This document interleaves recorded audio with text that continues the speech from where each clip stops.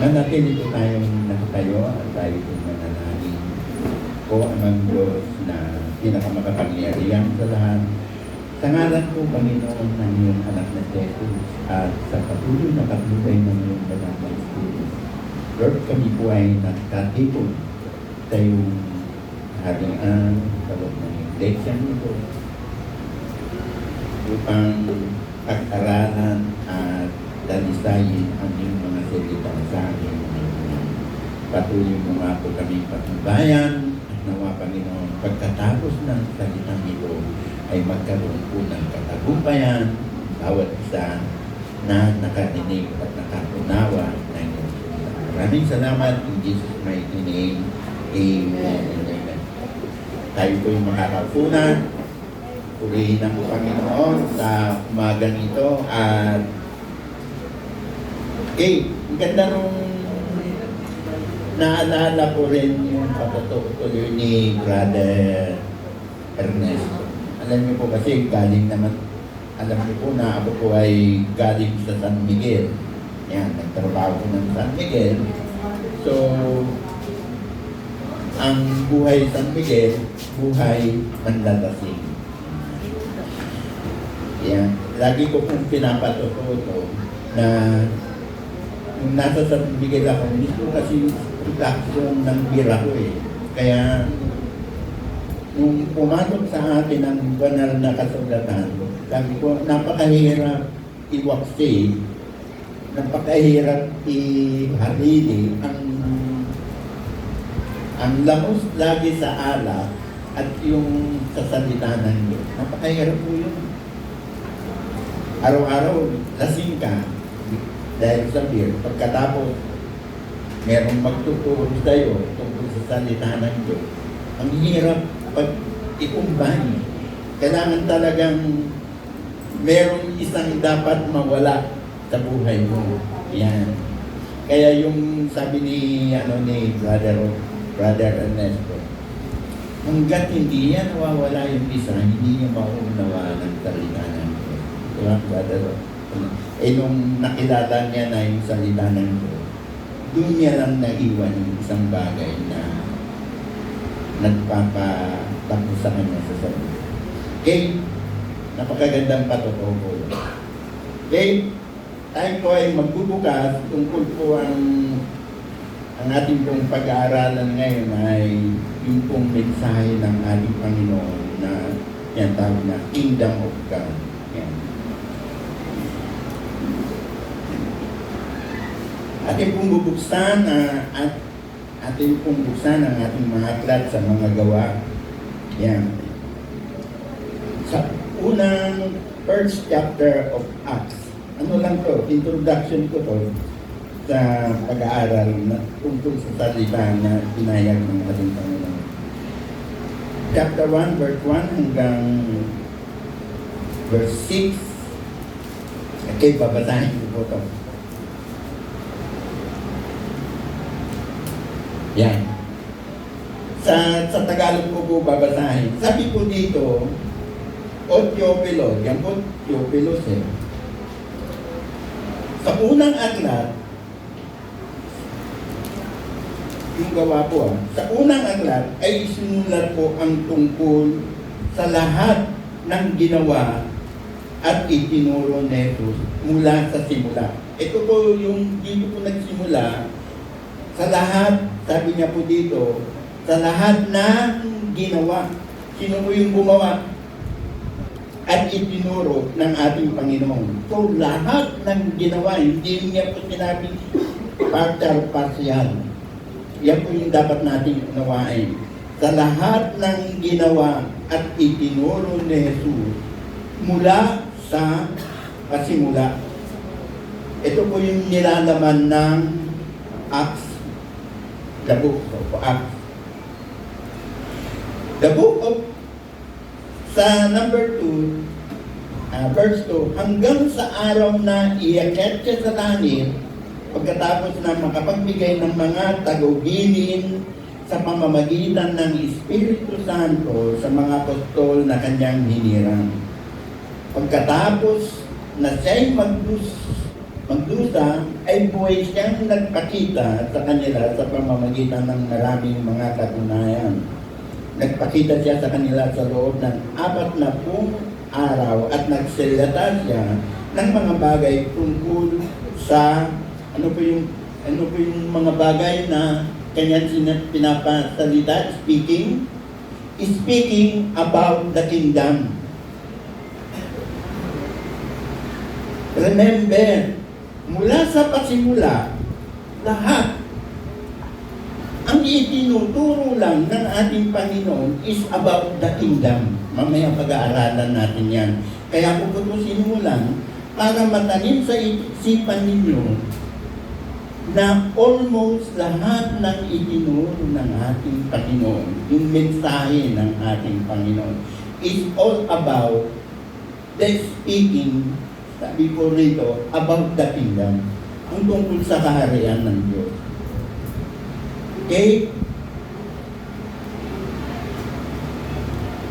Sabi niya po dito sa verse 4, habang kasalo nila, pinagbilin niya sa kanila na huwag umalis sa Jerusalem, kundi hintayin ang pangako ng Ama. Sinabi niya, ito ang narinig ninyo sa akin, sapagkat si Juan ay nagbautismo sa tubig, subalit hindi na abutin ng maraming araw mula ngayon na kayo'y babautismuhan sa Espiritu Santo. Magkaiba po yung bautismo ni Juan at saka yung bautismo ng ating Panginoon.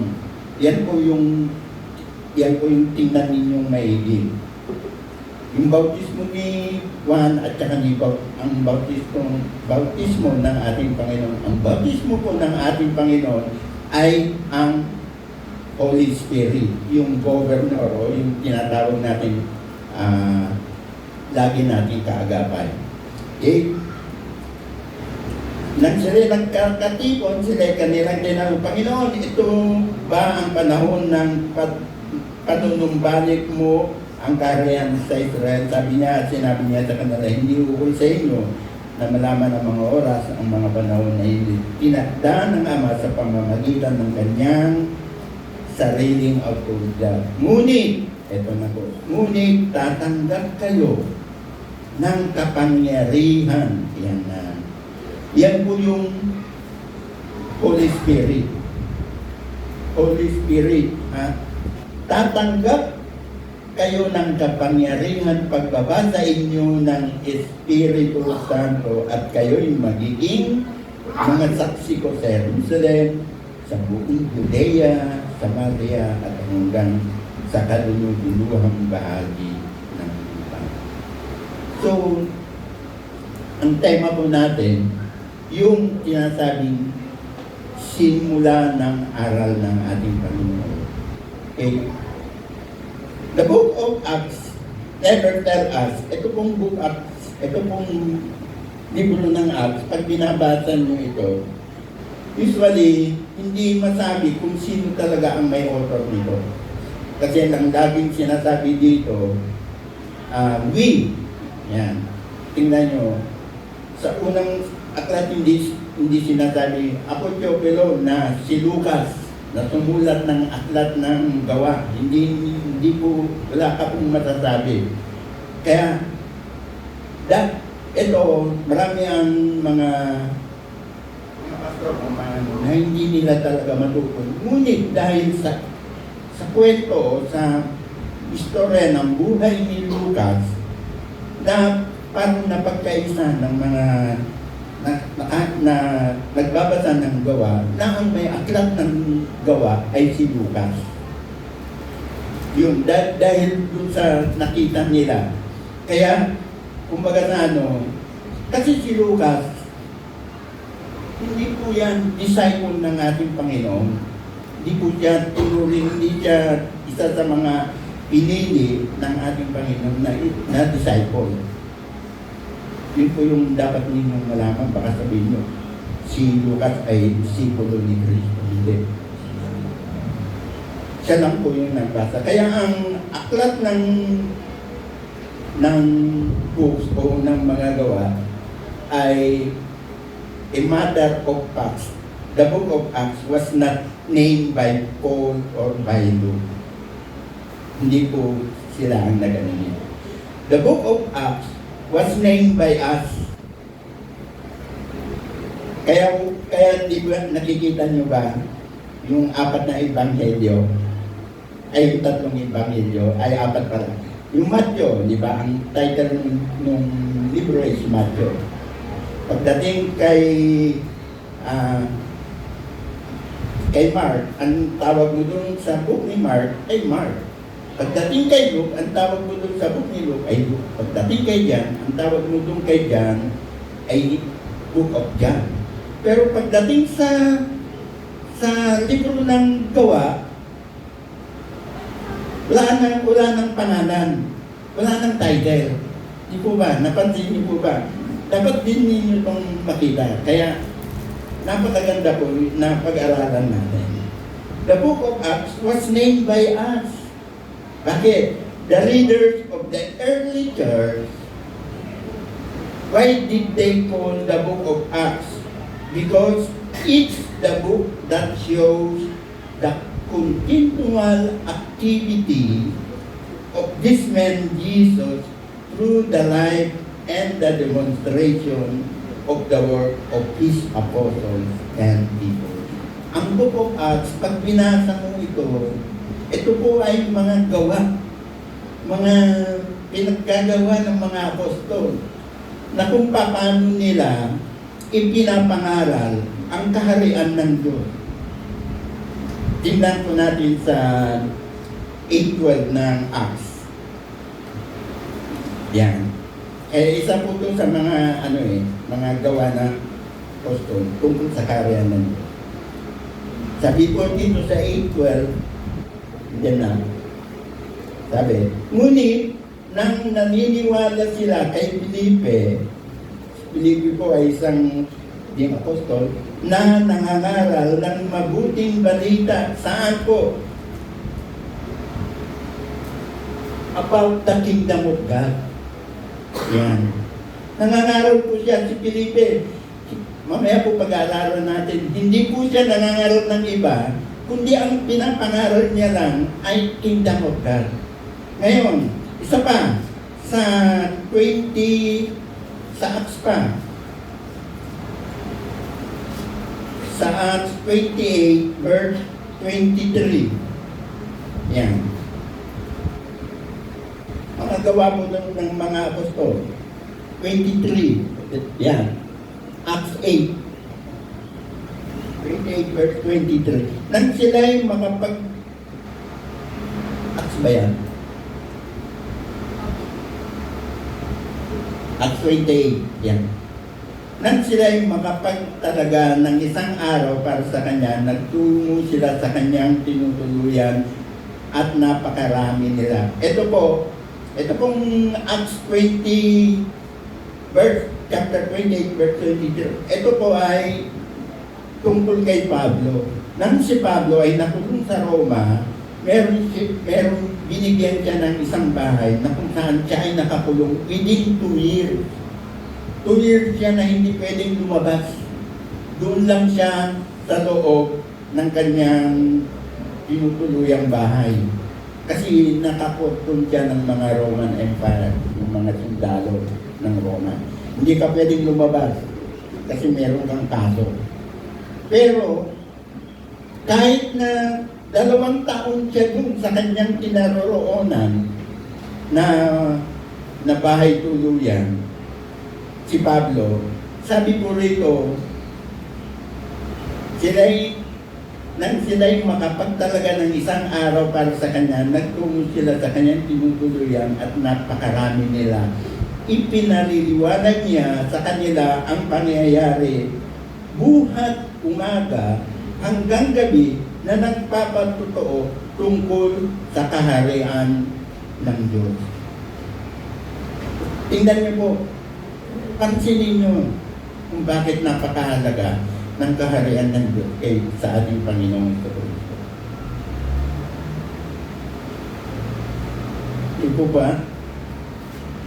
Sinikap na sila'y mahikayat tungkulin. Sinikap na sila'y mahikayat tungkol kay Jesus mula sa kautusan ni Moses at mula sa mga propeta. Yan. Yan po. So the book of Acts is a continual record of what Jesus taught and did in the rock of Luke. Now, Luke got his material from his book from Mark and Matthew. Yan. Sabi nga dito, if you read the list of disciples, you will not find the name of Luke listed. Luke was not one of the 12 disciples, but Luke got his information from Matthew and Mark. Kaya naisulat ni Lucas yung kanyang libro, kaya niya ito naisulat. Lahat ng detalye ng Luke, sinulat ni Luke, galing po ito lahat kay Matthew at saka kay Mark. Inisa-isa niya ito. Kaya nga po, kung titingnan natin yung sinasabi ni Lucas, gusto ko po kasi kayong mag-aral muna counter dito kasi hihira itong sinasabi dito sa atin. Sabi niya nga rito, sa Lucas 1, yamang marami ang nagsikap mag-ayos, sabi niya. Sabi ni Lucas ng isang kasaysayan tungkol sa mga bagay na nagaganap sa gitna natin, ayon sa ipinaalam sa atin ng mga taong buhat sa pasimula ay mga saking nakakita ng tagapangalan ng salita. Eto na po, sa verse 3, ay minabuti ko naman. Pagkatapos na siya sa ating mabuti ang lahat ng mga pangyayari, buhat sa pasimula na sumulat ng isang maayos na salita para sa iyo. So kung titingnan po natin, ang sinasabi dito ni Lucas, ito pong Matthew, Mark, doon niya lahat ito siniyasat niyang maigil. Wala pong sa kanyang ibinigay ng Diyos, o Lucas, ito ang isulat mo. Hindi po ganun si Lucas. Siniyasat niyang maigi ang Matthew at saka Mark. At habang siniyasat niya, isa-isa niyang ididinidali yung mga natuklasan niya kay Matthew at saka Mark. Kaya niya nasulat ang... Kasi baka ang alam nyo, he was guided. Siya po mismo ang nagsabi. Sabi niya, ay minabuti ko naman. Sabi niya, ay minabuti ko naman. Hindi niya din, ay minabuti ko naman humingi ng tulong sa ating Diyos. Yan. Kasi para alam ninyo na habang binabasa yung Lucas, ito pala ay kinuha rin pala ni Lucas yung mga kanyang sinasabi yung kay Matthew at saka kay Mark. Napakahalaga po na maintindihan natin to. Kasi habang binabasa nyo to,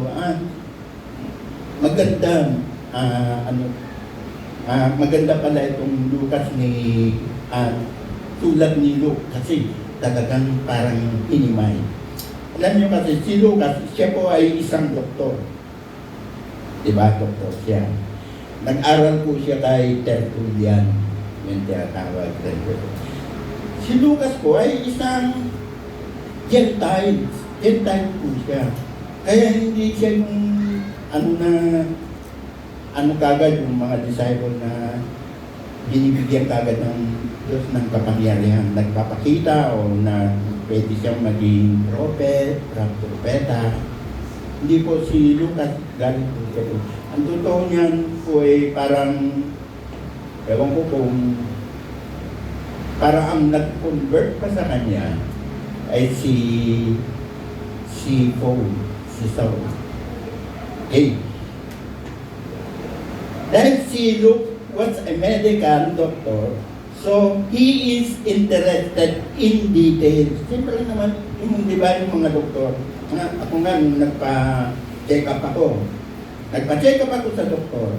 Tapos, dinidetalya muna niya kung ano yung nangyayari sa akin bago niya ako bigyan ng gamot. O itong last na pagpapacheck up ko, ano nang nangyayari sa'yo? Kailangan i-detail mo. Sabi ko, Dok, bumababa na yung diastole ko, umaabot na ako ng 55, 70 or 55 ba, mababa. Bakit? Ano ba ginawa mo? Sabi niya, details talaga. Sabi ko, Dok, eto, iniinom ko lahat ng Dok. Meron diyang gamot na sinabi ko na pag bumaba yung blood pressure mo, huwag mong inumin yan. Eh, siguro patuloy kang umiinom ng gamot. Sabi niya, kasi sabi ko, Dok, nahihilo ako. So, tinanggal niya yun. So, Dok, what's a medical doctor? So, ganun po. They are interested in details. He was a scientist in his mind, so scientists always love detail. That's why the book of Luke is the longest book, pinakamahabang book of all the four Gospels. And it also has more information. Kaya napakaganda po. Napakagandang information ng Book of Acts than any of the other books.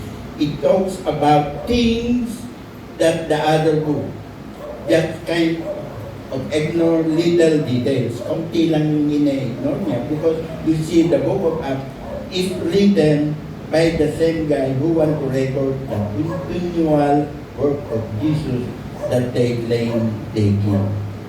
This to prove that the message that Jesus taught is not only still being taught, but still being demonstrated by Him, but in invisible form to the bodies of His followers sa pamamagitan ng mga disipulo ng Kristo. Kaya kung makikita nyo, binasa nyo ang act, it's all about the acts of the disciples. True kung saan yung itinuro niyang ating Panginoon ay dapat nilang ipagpatuloy. Ngayon, magkaiba po yung itinuro ng Panginoon at ang itinuro mo ay si Jesus. Magkaiba po yun. Ito po ang dapat malaman ng mga nagtuturo. Kasi minsan, pag nagsasalita ako, ang dalayo. Magkaiba po yung itinuturo mo si Jesus at yung itinuturo naman ni Jesus. Nakuha po ba ninyo? Intindihin niyo po yung sinasabi ko. Karamihan sa mga nagtuturo, itinuturo si Jesus. Hindi yung itinuro ni Jesus. O, nakuha nyo? Karamihan ng mga nagtuturo, ulitin ko, ang itinuturo nila ay si Jesus. Hindi yung itinuturo ni Jesus. Sige, isipin yung maigi kung tama yung sinasabi ko. Diba? Karamihan ng itinuturo ng mga mangaral ay si Jesus. Jesus ay nabayubay sa krus ng Kalbaryo. Si Jesus nagsisigil. Pero ano yung itinuturo ni Jesus? Wala na. Hindi na nila kung ano yung itinuturo ni Jesus. Okay? Kaya nga po, sinasabi ko, mas marami ang nakakaalam, mas marami ang nai-inlove. Mas marami ang nai-inlove kay Paul kaysa sa itinuturo ni Jesus. Tingnan niyo po ito Si Paul, hindi natin itinuturo si Paul. Diba? Kung ano? Hindi natin itinuturo si Paul. Ano ang tinuturo natin kay Paul? Yung sulat ni Paul. Sinabi mo ba na si Paul ay nagbigti? Si Paul ay isang... sinabi mo ba na si Paul ay isang Pharisee? Sinabi mo ba na si Paul ay nag-aral sa Gamaliel? Lagi ka ba doon nakatuto? Si Paul ay inano sa Acts 4:9? Yung ba yung tinuturo mo? Hindi. Ano ang tinuturo mo? Ang tinuturo mo lagi ay yung turo ni Paul. Yung Corinthian, Galatian, Ephesian, Timothy. Yan po yung tinuturo mo. Tama yun. Pero pagdating kay Kristo, anong tinuturo mo? Si Kristo, hindi yung turo ni Kristo. Na dapat, yung turo ni Kristo, ang ating ituro sa tao. Hindi yung laging sinasabi ng mga si Kristo ay ganito, si Kristo ito, si Kristo. Kita nyo na. Kaya, pag ikaw ay nangangaral, dapat isipin mo kung tama yung tinuturo. Tinuturo ko ba ito yan? Think of it. Okay? So, si Paul po ay isang century, siya po ay galing sa first century Roman citizen and Jewish Pharisee, educated under Gamaliel. Yan. Tinuturo ko po ngayon sa inyo si Paul. A Jewish rabbi. A Sanhedrin. Ano ba yung Sanhedrin? Ang Sanhedrin acted as the highest court. So isa po siya sa mga highest court si Paul. Kung bakit nung sinusubok ang mga Kristiyano, isa si Paul ang pumupunta doon sa Roman Empire at humihingi ng tulad, bigyan niyo ako ng kapangyarihan na ipapatay ko itong mga Kristiyano na to. Si Paul po.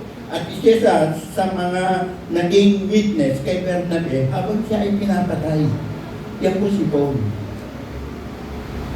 Gusto niyang lahat patayin ng mga Kristiyano. Lagi ba tinuturo to sa sa pag-aaral? Hindi. Bihira to. Diba? Itong mga Sanhedrin acted as the highest court, the supreme judicial, legislative council in ancient Israel. Yan po. Yan po yung ano. So, pag tinignan niyo si Paul, mag-ingat po tayo. Mag-ingat po tayo. Hindi naman po sa sinasabi kong huwag natin ituro yung mga sinasabi, yung mga sinulat ni Paul. Hindi ko sinasabi. Kundi mag-ingat tayo sa pagtuturo kay Paul. Sapagkat ang tinuturo ni Paul ay tungkol po sa mga problema na nangyayari sa church. Yung pagkawatak-watak, yung hindi pagkakaisa, yung hindi pagmamahala, yun po yung tinuturo ni Paul. At wala po yan sa mga tinuturo ng ating Panginoon. Never niya pong tinuro yan. Kasi ito nga pong Efeso, Galatian, Ephesians, Roman, na isulat po ito ni Paul nung nasa bilangguan siya.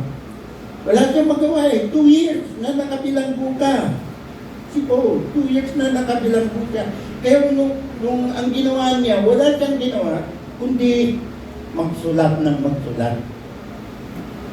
Ngayon, bakit tinanggap ang sulat ni Paul? Maraming mga mas katulad din ni Paul na sumulat, pero mas tinanggap si Paul at naisinulat sa Biblia dahil ang namumuno noon ay ang Roma. Hanggang ngayon, namumuno pa rin ang Roma Paul. Pag sinabi ng Roma, mag-usara kayo, mag-urutaro kayo. Hindi kayo pwedeng hindi mag-usara. Pag sinabi ng Roma, maglagay kayo ng libutos sa mga simbahan ninyo, at kung ilagay nyo, gagawin ninyo. Ganun po kadiktador ang Roma noon. Ngayon, itong sulat ni Paul, nung present ito sa Roman, pinipresent muna nila ito bago pag-aralan Yan yung gusto kong maintindihan. Nakita ng Romans na maganda ito at naaayon doon sa palatuntunan ng Roma.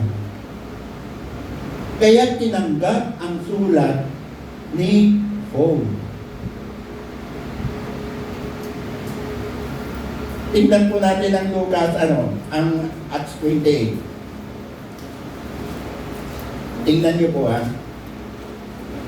Sinabi po sa 28-24. Sabi po dito, ang iba'y nahikayat, ito po si Paul nagsalita.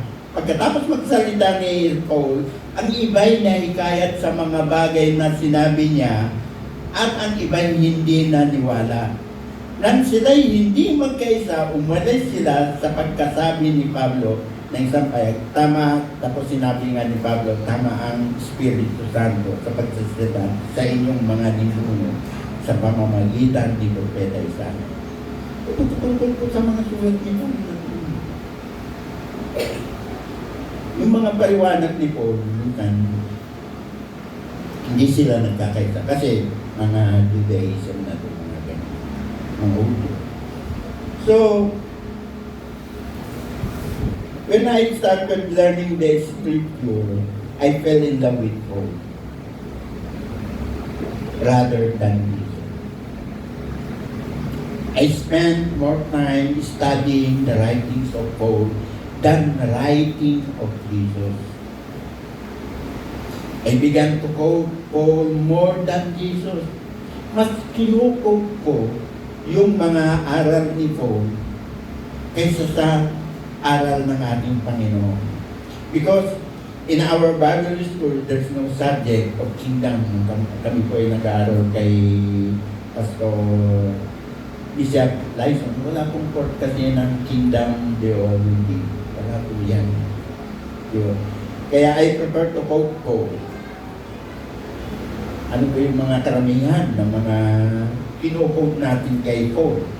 Tingnan niyo po God shall supply all my needs. Kay Paul po yan. God will supply all my needs. He who begin a good work on you, He will bring it into completion. It is more blessed to give than to receive. Mga aral po yan ni Paul That's what Paul said. Ngunit kay Jesus, hindi never kong binanggit niya. Ano po ang sinabi niya? In Matthew 6:33, seek ye first the kingdom of God, and all these things, magkaiba. Sabi dito ni Paul, God shall supply all my needs. Walang, basta sinabi nila, ang Diyos ang siyang magsusupply ng aking needs. Pero ang sinabi naman ng ating Panginoong Jesus, seek ye first the kingdom of God. Merong isang bagay na dapat mong gawin para masupplyan ang iyong pangangailangan. Diba? Kaya karamihan pag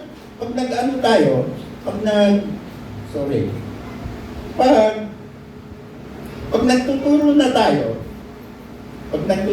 tayo, karamihan ng sinasabi, oh no, God will supply all my needs. Diba? Ganun lang. Yeah, God will supply all my needs. Pero ano ang turo ng ating Panginoon? Ano yung turo ng ating Panginoon? Sige, 6:33, Matthew 6:33. Ano yung turo niya? I-prioritize mo muna ang kaharian ng Diyos. Sabi niya po gano'n. But seek first the kingdom of God and His righteousness, and all these things will be added unto you. Kaya huwag po kayong mag-ano na sasabihin nyo lang. No, God will supply. Hindi po gano'n ang Diyos. Meron kang dapat na ilagay sa iyong puso. Kaya nga po kung ang mga pastor namin, Ito naman na ano, magaganda lahat ng mga ano ng ating pastor. Kaya nga sabi ko, na-inlove ako kay Paul sa mga quote niya. Na-inlove, napakaganda eh. Pag merong sa'yo nagsabi, sasabihin lang, huwag kang mabahala, God will supply. Yan. Di ba? Pero may yun sinasabi natin eh. God will supply. God knows. God knows lahat yan. Pero hindi po yun ang tunay na itinuturo ng ating Panginoon. Naunawaan niyo yung ibig kong parating sa inyo. Yung pagkakaiba ng God will supply and seek ye first. And all these things will be added unto you. Kaya hindi mo na dapat sabihin ng God will supply, God will supply. Seek mo muna ang kaharian ng Diyos. Ang kaharian po ng Diyos. Alam niyo po, kung makikita niyo lang yung file ko tungkol sa Kingdom of God, ganyan na po karami. Ganyan na po. Kaya, pag itinuturo ko na yung kaharian ng Diyos, medyo alam ko na. Minsan nga si Bishop, inaano niya ako, tungkol sa kaharian, hindi mo na ako kayang i-quiz sa mga aral. Pero, pag sinikap mo at masabi mo sa akin na ikaw ay isa ng ano ang citizen sa Tagalog? Ano? Mamamayan. Di ba? Mamamayan. Kapag ikaw ay mamamayan ng Diyos, citizen of God.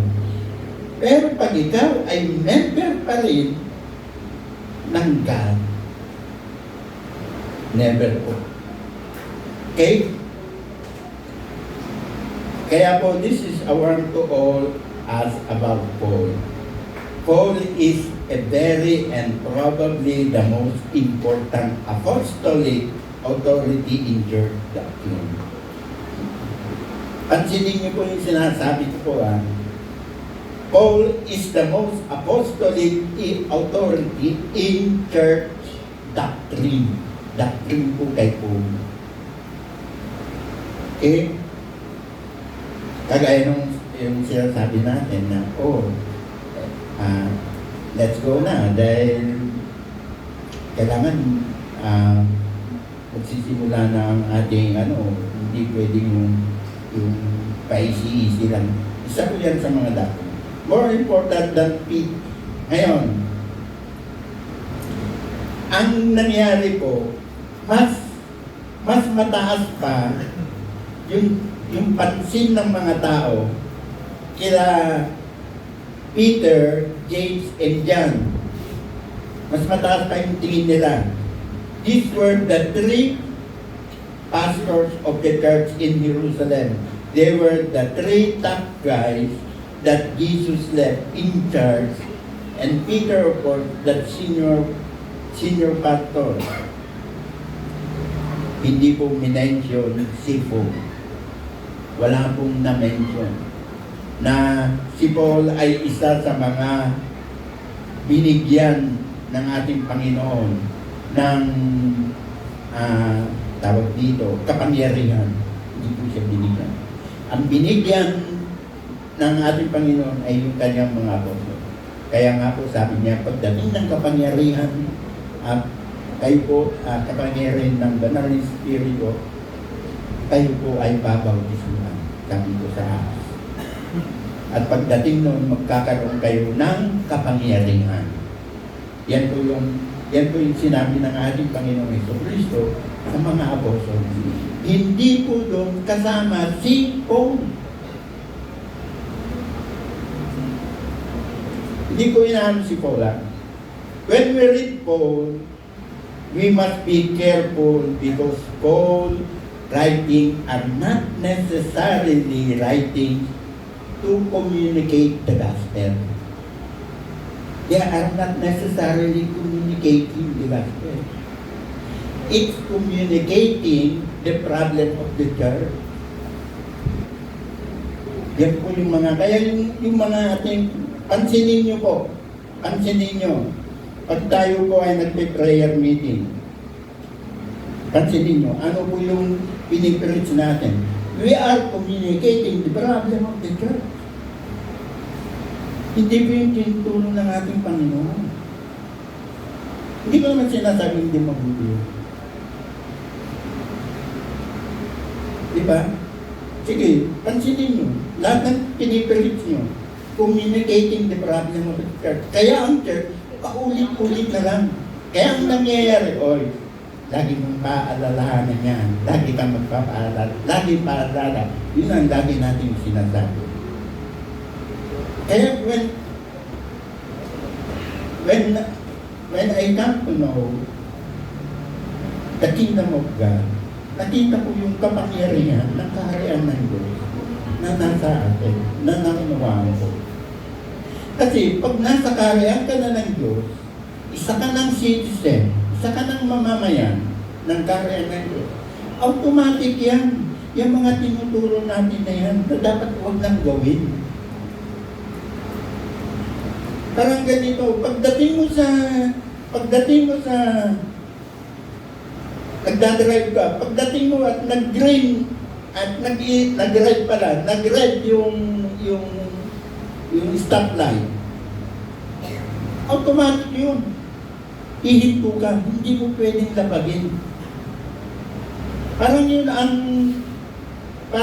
ang gustong mangyari ng Panginoon sa kanyang ganito. Pag nakakita ka ng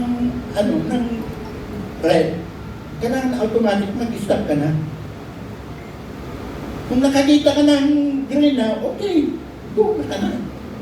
Hindi na kailangan, uy, pagdating dyan sa, ganito kasi ang mga Kristiyano eh. Merong stoplight dyan ha. Oh, malayo pa ba? 1 kilometer, let's say 1 kilometer. Merong stoplight doon. Ganyan po mga Kristiyano. Pagdating mo doon, pag nakita mo yung red, umistop ka, huwag kang go-go. Ganun po yung mga Christian natin. Laging nagpapaalala. Laging yung, siyempre, ikaw na driver, pagdating mo doon, ano mo na yung gagawin mo? Oy, green, oy, yellow, ready na tayo para mag-go. Automatic yun. Sa kaharian ng Diyos, automatic yung mga dapat mong gawin. Okay? So, sabi ko nga, when we read Paul, we must be careful because Paul's writings are not necessarily writings. It to communicate the gospel. Hindi po sila nag-communicate sa gospel.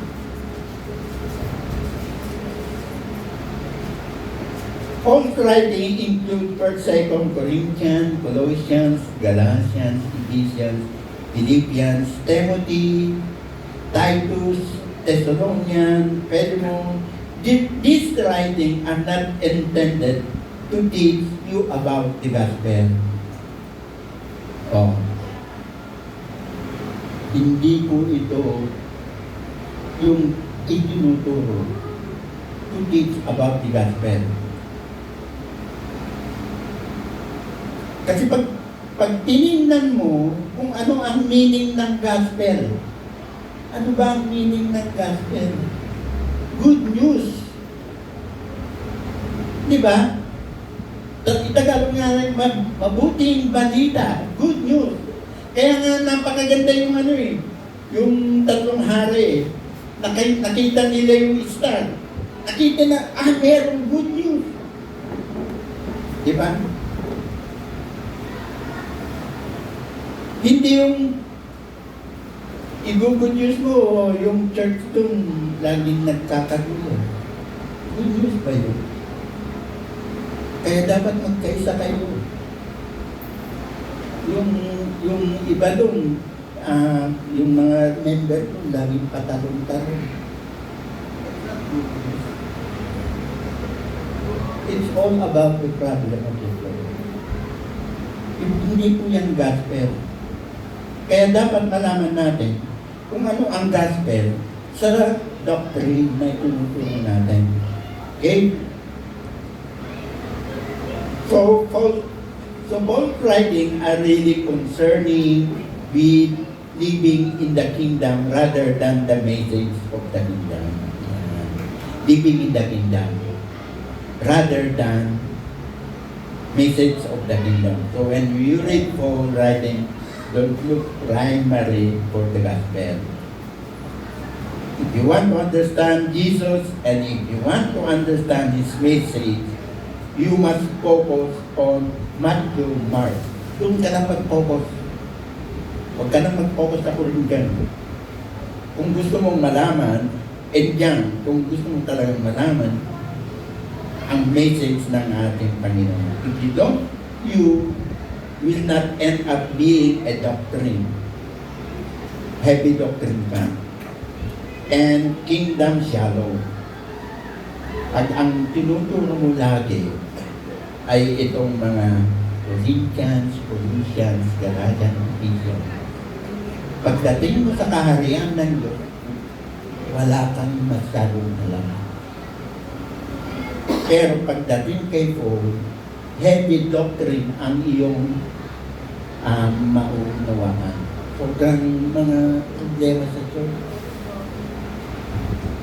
Maunawaan mo. Mamaya, pag malapit na po tayo, sa ano pa lang to, introduction. Ako rin po ay natrap sa mga sulat ni Paul dahil sa mga mapubuting salita. Napakaganda po ng tuluyan. Lahat yan ang gaganda. Kasi yan, yung nga sinasabi ko, bago ito isinulat, sinuri din muna yan ng mga Romans, ng mga Sanhedrin, ng mga Pariseo. At sinuri din nila kung tama nga ito sa Romans Catholic, yung mga turo ni Paul. Kaya napakaganda. Kasi mga panipagtuturo. Okay? Kaya I spent more time reading Paul doctrinal letter than I reading the mind of Jesus from His own word. And I, because what they call in theology a Pauline apostles, not Jesus apostles. Kaya pag ikaw ay lagi mo tinuturo yung mga Corinthians, Ephesians, ang tawag sa iyo ay Pauline epistles. Hindi ka Jesus epistles. Kasi ang gospel lang ng ating Panginoon ay Matthew, Mark, and John. Meron pa yung isang revelation sa mayroong katutong pa doon. And most believers in the evangelical churches and in the traditional churches are na-convert of Paul rather than Jesus. Diba? Mas maraming na-convert kay Paul rather than Jesus. Kasi ang itinuturo nila yung mga doctrine sa church. Malapit na po tayo pumunta sa kingdom. Kaya po, ang isang example ay 1 Timothy 1 to 2 Timothy 3 and 16-17. When we read Paul writing, remember, we got to approach them from the point of view that Paul is not intending to focus on the gospel. Yan. Naisulat din naman nito eh. He's not intending to focus on the gospel. So the book of Corinthians Paul wrote listed here in the canon, of course. Okay. So Paul is dealing with the problem of church. Now, let's go to Jesus. Napag-aralan na po natin yung Paul, yung Gawa. Puntahan naman natin ang ating Panginoon. The kingdom of God is amazing and most important subject on earth. Okay? The kingdom, leading ko, the kingdom of God is amazing and most important subject on earth. It is it is the only subject that Jesus preached. Ito po ang gusto ko kasing itanong sa inyong isipan. Ang mensahe ng Karen, ang siya lamang i-preach ng ating Panginoon. So, tinalaki na rin po natin yung kasal kung ano yung preach at teaching. Jesus Christ came to earth to restore what men lost. So, He couldn't have brought religion. Hindi po religion ang dinala ng ating Panginoon. Because Jesus Christ did not bring a religion. Whatever Jesus Christ brought to earth had to be what men lost. Kung ano yung dala-dala ng ating Panginoon dito sa sanlibutan, yun po yung wala sa atin. Okay, what men know. So it's important for us to study what Jesus bring back to earth. Ano yung dala ng ating Panginoon. Okay? Jesus Christ, I want to begin with a few statements about Jesus Christ Himself. Yan. Nandiyan na ba yung mga ano? Jesus Christ was not a religious man. Pati ano yan? Yan na. Jesus Christ was not a religious man. He never joined a religion. Pag pinag-aralan nyo ang buhay ng ating Panginoon, kung idadagdag sa kanyang buhay, sa kanya pong pag nangangaral kayo tungkol kayo, isa po ito sa mga katangian ng ating Panginoon. Jesus Christ was not a religious man. He never joined a religion. He never ever a Pharisee. Yan. He never a Sadducee. He never ever a Herodian. His greatest opposition was the religious people. The Bible actually say his best friends were sinners. He was known as the friend of sinners. Wala pong dalang religion ang Panginoon nung dumating dyan. Kasi ang topic po natin, ano yung dala ng ating Panginoon? Hindi po siya nagdala ng religion. Hindi po siya nakisabi. Noong araw kasi, ang mga relihiyon ay yung mga Sadducee, mga Pariseo, mga Herodian. Siyempre yung mga malalaking relihiyon. Pero hindi po siya nakiisa man sa mga yun. So, ano yung dala ng ating Panginoon? Bakit siya pumunta? So, the question is, why Jesus Christ not considered a religious man? Yeah. Because what He came back to earth, kung ano yung pinuntahan dito ng atin, was not a religion. You will find in Matthew 4, His first public statement is found in Matthew 4. Yeah.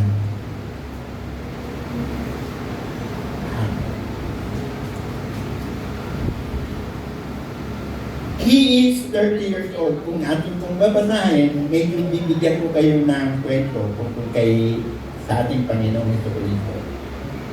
So, he is 30 years old. He has been baptized by his cousin, whose name was John. Both of them were at the same age. John was 6 months older than Jesus. Well, hindi po ito si John the Apostle, yung pinag-uusapan natin. Ito po si John the Baptist. Kasi pag mamaya maano kayo. John was 6 months older than Jesus. They knew each other very well. They grew up together. You will remember that when Mary was visited by the angel, and he was told that she conceived a miracle child, Mary immediately went to John's mother, who also were pregnant of John. Nung sinabi ng isang anghel kay Maria na siya ay magkakaroon ng mabubuntis siya, pumunta kagad siya doon kay Elizabeth, yung nanay ni John. Went to John's mother, who also pregnant with John. Parehas silang buntis. And the Bible says that when she walked to the property of Elizabeth and they saw each other, the baby sleep in their womb. Nung nakita si Mary at saka si Elizabeth na parehas ng buntis, yung bata na si Jesus at saka si John, nagkaroon na nag-live na. Mababasa niyo po yan sa Bible. Parang nag-usap na yung dalawa. They connected even before they will deliver. Doon po sa Luke 1:45. Yan po yung niya. And they grew up together. Sabay po silang lumaki. Because the Bible says, she stayed with Elizabeth for 6 months. Nanirahan po si Maria, na buntis, nakasama si Elizabeth for 6 months, magkasama po sila. At I can imagine Mary and Bert talking about their children to each other. Siguro, alam mo ba, siguro unang nagkwento si Elizabeth. Alam mo ba, Elizabeth? Sabi niya kay Mary. Alam mo ba, Mary, na itong ipinapanganak ko, lipas na. Menopause na ako, matanda na ako, pero nagkaroon pa rin ako ng baby. Kita niyo po. Tapos sabi naman ni Mary, baka hindi mo alam. Yung sinapupunan ko, kung saan galing. Nagkikwento nga kasi yun ang mababasa mo eh. They were talking about their children to each other, about how they conceive. Okay. Imagine. Ngayon, si John at saka si Jesus, nagkukwento rin. Kasi they live each other. Nagkaroon na nung dumating si Elizabeth sa bahay nung dumating si Mary sa bahay ni Elizabeth, nag-connected na yung nasa loob nila. So nagkukwentuhan din yung dalawa. Meron na rin silang kwentuhan. Pero they're telling Jesus that I was conceived in her old age, sabi ni John. And sabi nga ni Jesus, you cannot, sabi niya, telling John, you won't believe my story. Okay? But they knew each other. Si John, bagamat nasa buntis pa lang, at si Jesus, magkakilala na sila. Kilala na. Bakit ko sinasabi yun? Kasi sa mga kwento, makikita nyo kung bakit nagkaroon ng gano'n. At the age of 30, ito na po, he suddenly left home. Si Jesus na po. Why did he wait until he was at 30? Because you cannot be a rabbi until you were 30 years old. Hinintay pa niya ang ating Panginoon sa Kristo, ang 30 years old, bago po siya magturo. Until you were 30 years old in the culture. Ito po kasi yung kultura ng mga Jews. And a rabbi was one who was qualified not only to teach, but it to be heard. Pag ikaw po ay dumating na ng 30, pwede ka nang maging rabbi. So, you are already qualified to teach at to be heard. So we waited. Imagine God waiting for a certain age. Hinintay niya din talaga yung tamang edad. So you see, even though you may know who you are and you might be gifted, You might not be anointed. You might be anointed. It doesn't mean you are ready to go. You must stay under the authority on what He did until you are qualified to be heard. Yung po sa Numbers 4, 1 and 4. Tingnan po natin para makita po natin. Sa mga Numbers, chapter 4, sabi po dito, nagsalita ang Panginoon kay Moses at kay Aaron na sinasabi, kunin ninyo ang bilang ng mga anak ni Kohat mula sa mga anak ni Levi ayon sa kanilang mga angkan, ayon sa mga sambayan ng kanilang nuno. Mula sa 30 taong gulang hanggang sa 50 taong gulang, lahat ng maaaring pumasok sa paglilingkod upang gumawa ng gawain sa Tordang Tibanan. So, at the age of 30, doon pa lang pwedeng mangaral ang isang magtuturo. Yun po yung kultura. At ito yung sinabi ng ating Panginoon. So, yan po yung dapat nating tandaan. And at age 30, he suddenly said to his mom, I have to go. Nagpaalam na siya kayo. So, ang ating Panginoong Jesus, dumating na yung kanyang 30-year-old, nagpaalam na siya kay Mary. Sabi niya, mga ngaral na. And he began his earthly ministry. Doon lang po nagsimula si Jesus ng pag-ministeryo. In Matthew 3:16, after he was baptized by his cousin John, he was led by the Spirit into the wilderness to be tested. So, nakahanda na po si Jesus Christ na magturo. Kaya ko po ito sinisimulan sa ganitong kwento. Kasi para malaman natin kung paano nanggaling si Jesus Christ at nagturo bilang isang tao. Okay? Ngayon, he was led by the Spirit into the wilderness to be tested. 6 and 17. Not to test, hindi subukin si Jesus na anak ng Diyos, kundi to test Jesus, the man, bilang isang tao. Tinetest siya, hindi bilang isang anak ng Diyos, kundi bilang isang tao. And he passed the test. And I want to testify to all of you, alam niyo po, bago ako na naging pastor, naranasan ko to. Yung mga bago ako naging pastor.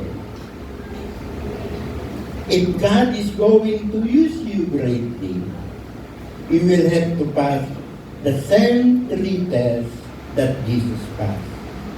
Ito pa yung makikita natin sa Mark 2:10.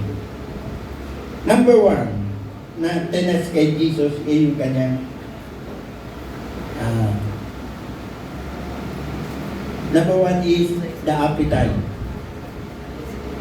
The desire for pain. Number 2, the desire for pain. Number 3, the desire for power. Then he passed the test. The first test had to do with the appetite of the body. Yan po yung first test niya eh. Tinest po talaga ang ating Panginoon. Tingnan niyo po Jesus na siya. Pero tinest pa rin siya bilang isang tao at kaya po sinabi ko, he was tested as a man, not as son of God. He was tested as a man. The first has to do with the appetites of the body. And every human has 3 appetites they must control. One is food, one is water, and drink, and the other sex. And Jesus passed the first test. Yan po yung dapat natin malaman. The second test was the desire for pain. And all of us are tempted to want to be famous and to be great.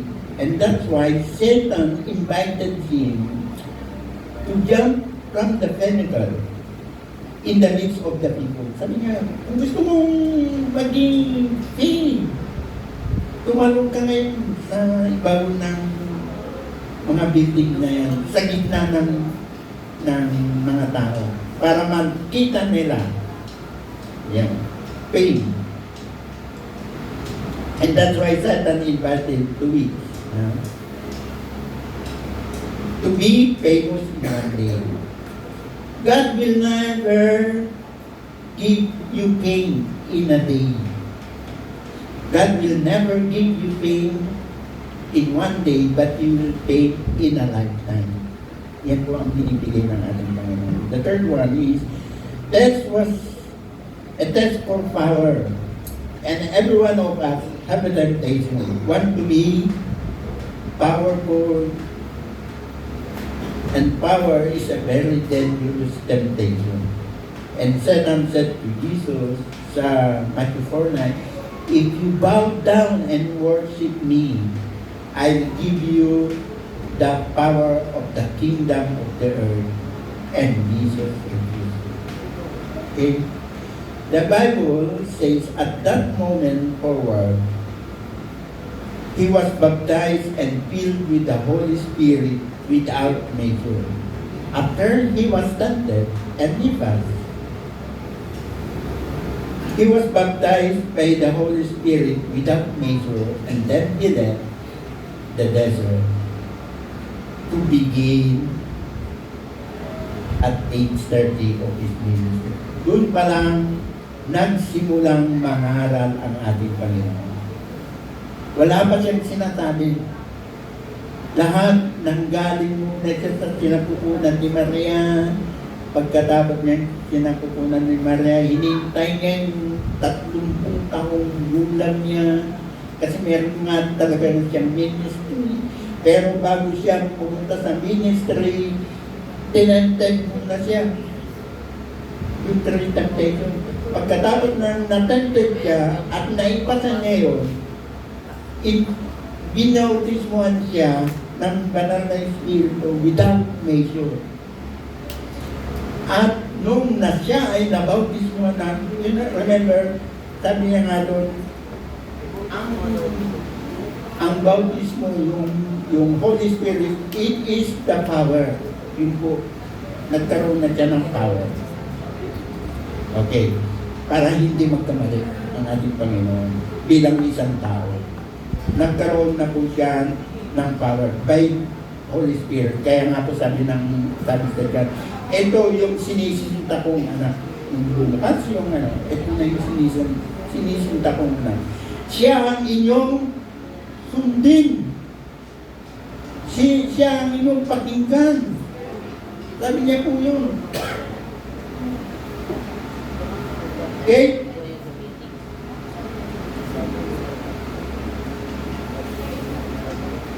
So, let us read his first public statement. And this is what we call Jesus' mission statement. Ito po yung Jesus' mission statement. Whenever you're going to begin an organization or movement, you always first identify your vision. Kaya, ito po yung mission statement ng ating Panginoon. Mission statement. Ito tayo po, no? Itong Lord Jesus Christ.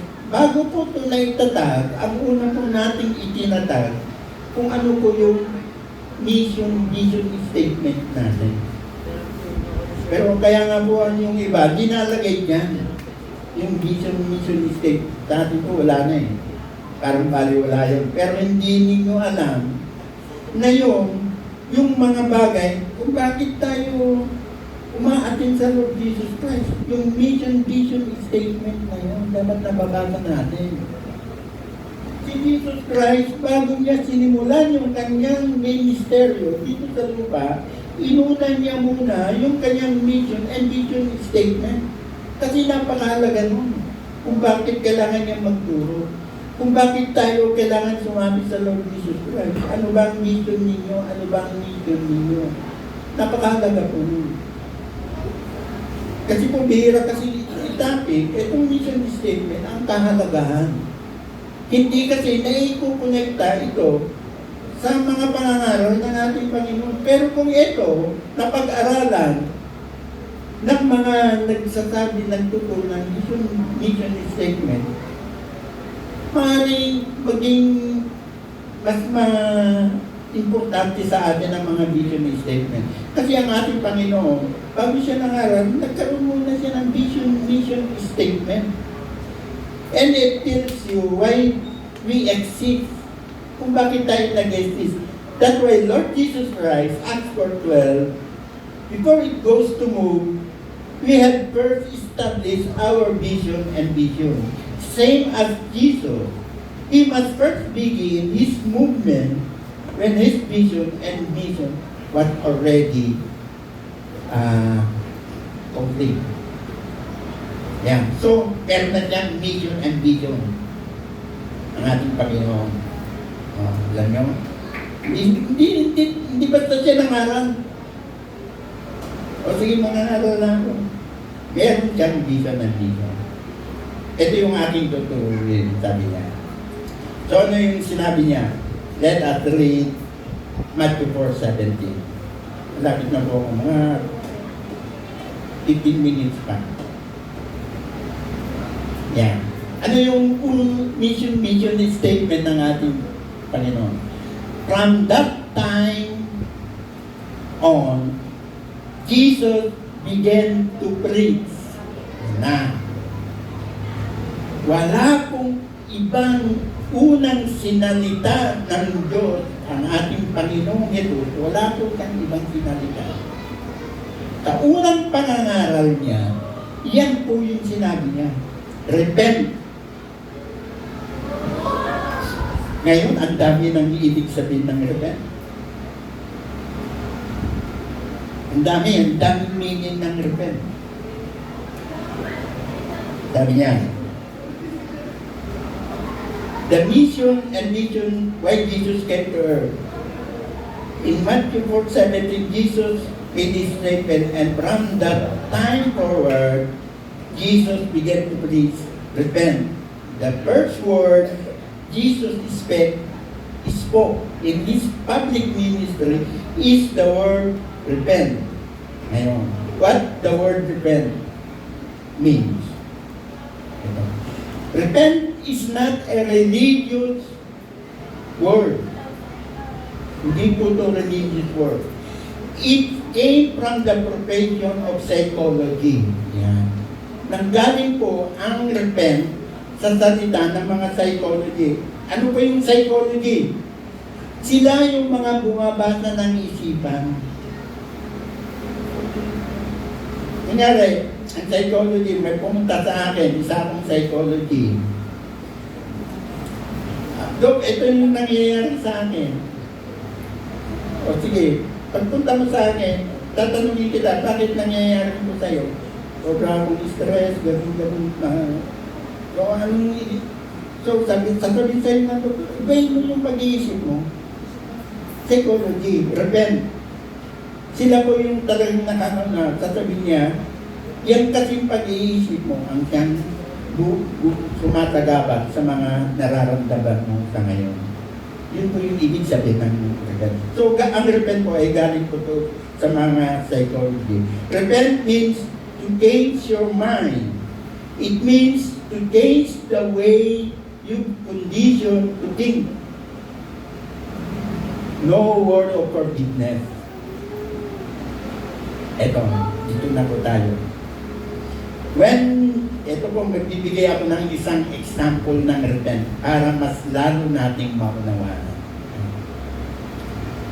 When the pastor says, pasok na, and we have started to worship the service. Di ba karamihan po sinasabi ng pastor?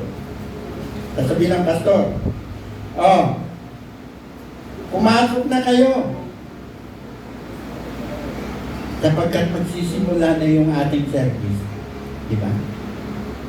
Hindi sinabi ng pastor na pumasok na kayo, magsisi na kayo, dahil magsisimula na ang ating service. Sinasabi po ba yun ng pastor? Pag tayo magsisimula o magsisina kayo. Hindi, ang sasabihin lang ng pastor, pumasok na kayo at magsisimula na ang ating sarili. Ano ang ibig kong sabihin? Repent. Kasi diyan sa labas, kung ano-ano yung inyong mga naiisip. Diba? Naiisip. Kwentuhan ng gano'n, kapitbahay, kaibigan, yung nangyari sa iyo mga. Pag sinabi ng pastor, pumasok na kayo, pagpasok niyo dito, yung mga nasa isipan ninyo, ikukondisyon na ninyo. Aalisin na ninyo yun. Nakuha niyo po ba? Di ba? O, papasok na kayo. Ang pagdating ninyo dito, magkukwentuhan pa rin ba kayo? Yung kapitbahay namin. Yung natis ko, accident. Hindi na. Magbabago na yung inyong isipan. That is repent. Iibahin na ninyo ang inyong isipan. Pupunta na kayo dito. At ang ipopokus ninyo, yung isipan ninyo, doon na po sa ating panambahan. That is repent. Yun po yung talagang ibig sabihin ng repent. Wala pong forgiveness na sinasabi ng ating Panginoon sa repent. Basahin nyo ang buong Bible na tinuro ng ating Panginoon tungkol sa kanyang kaharian. To change your mind. Repent.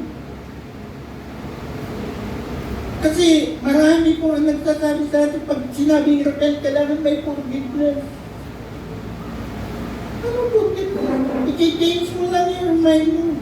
Your condition of your mind. Diba? Pagdating mo dito sa loob. Oh, pag nandito ka na sa loob, ano na yung nararamdaman mo? Dapat nararamdaman mo na yung kaharian ng Diyos. Dapat, sabi po dyan, sa Matthew 4:17, sige pakiinuman. Ano po yung susunod niya sinabi? From that time, Jesus began to preach, saying, repent, for the kingdom of heaven is at hand. Pag nakapag-repent ka na, uy, nasa kaharian na tayo ng Diyos. Yun na dapat isipin natin. Kaharian. Pero bago mo malaman niya, ano ba ang kaharian? Hindi mo alam. Kaya, yung mga tao, ako nga minsan, eto talaga, hindi ko naman inaano si Sister Malo. Kaya, Sister Malo, hindi alam to ni Sister Malo, na minsan nasabi niya, ako nga, pastor ihina ako eh. Pero dahil hindi pa tapos yung hindi pa ako tinatapos. Yun yung tinatawag na nasa kaharian ka na kasi ng Diyos. Para bang hindi ako pwede kailangan nakapokus ako. Your thinking ay nakapokus na. Hindi ka pwede na ako nagsasalita dito kung ano-ano yung mga pinagsasabi mo. Yung po yung repent. Kaya napakahalaga, ano pa lang po yung sinasabi ko, sample pa lang kasi 11 na po, 11 na. Marami pa po yan pag-aaral. Meron pa pong tinatawag na following. Meron pa pong tinatawag na following. Meron pa pong tinatawag na citizen. Paano magiging citizen? At pag-aralan lang natin yung mga bagay na yan, makikita nyo, ang laki pong pagbabago. Kay Brother Ernesto, sabi ko kasi dito na po ako magdalas. Kasi minsan, yung trabaho natin minsan nagiging sagabal. Nagiging sagabal. Hindi po hindi po ipinagbawal ng Diyos na basta kung ano yung way of thinking mo, kung ano yung way of thinking mo, na mas maganda sa'yo, gawin mo kung mabuti. Kunyari,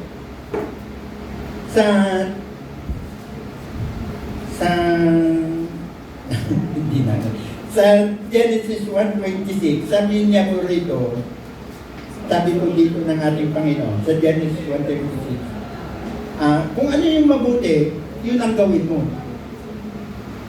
Kunyari si Brother Ernesto, nagtatrabaho, nagtatrabaho sa malayo.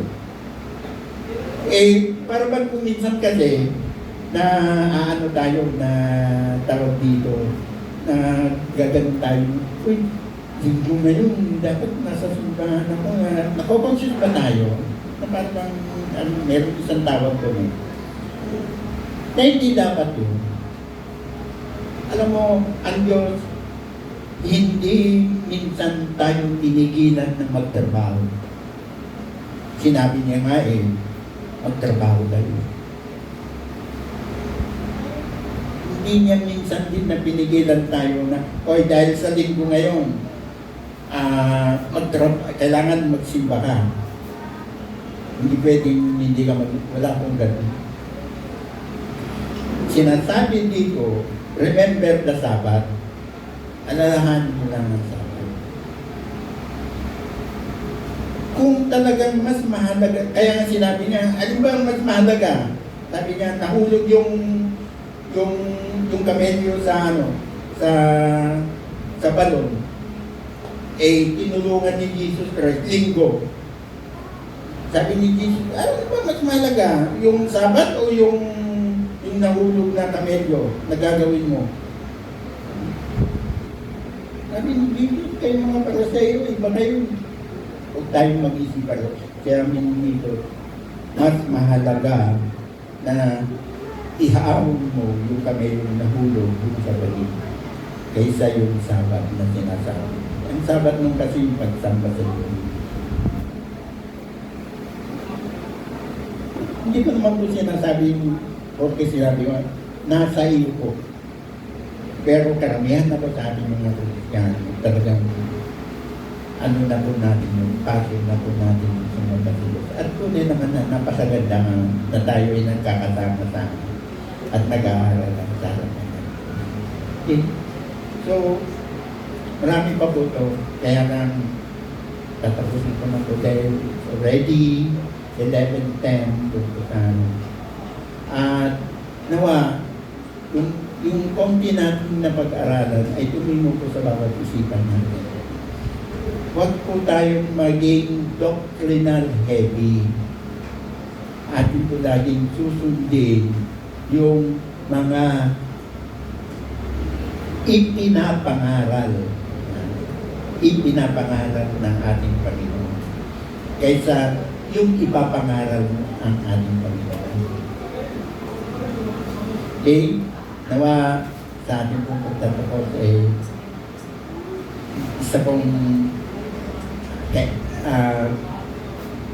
karagdagan na naman sa ating mga pag-aaral yung ating pinag-usapan sa ngayon. Tayo pong lahat ay manalangin. O aming Diyos na pinakamakapangyarihan sa lahat. Salamat nga po Panginoon sa araw na ito. At tunay po Lord na ikaw yung aming pinagdalagakan ng aming mga pananampalataya. Nawa Lord, patuloy mo kaming palaguin sa iyong mga salita. Patuloy kaming mag-aral sa iyong salita. Nang sa ganun, never po na maligaw kami sa aming mga lagdas na tinatahan. Maraming salamat. In Jesus' mighty name, Amen and Amen. Palakpakan po natin ang ating Panginoon.